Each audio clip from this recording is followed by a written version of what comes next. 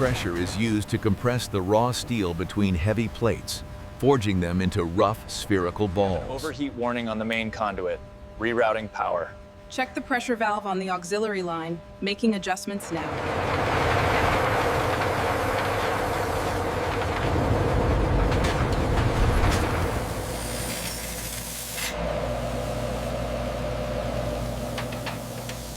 Each ball is precisely ground and polished to meet strict engineering standards.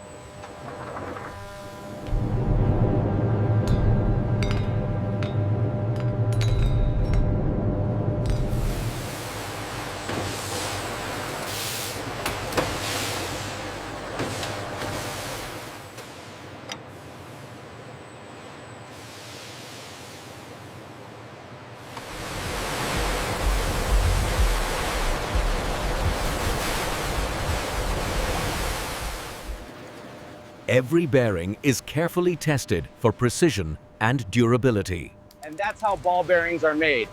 Over it retains from raw steel to precision engineering components.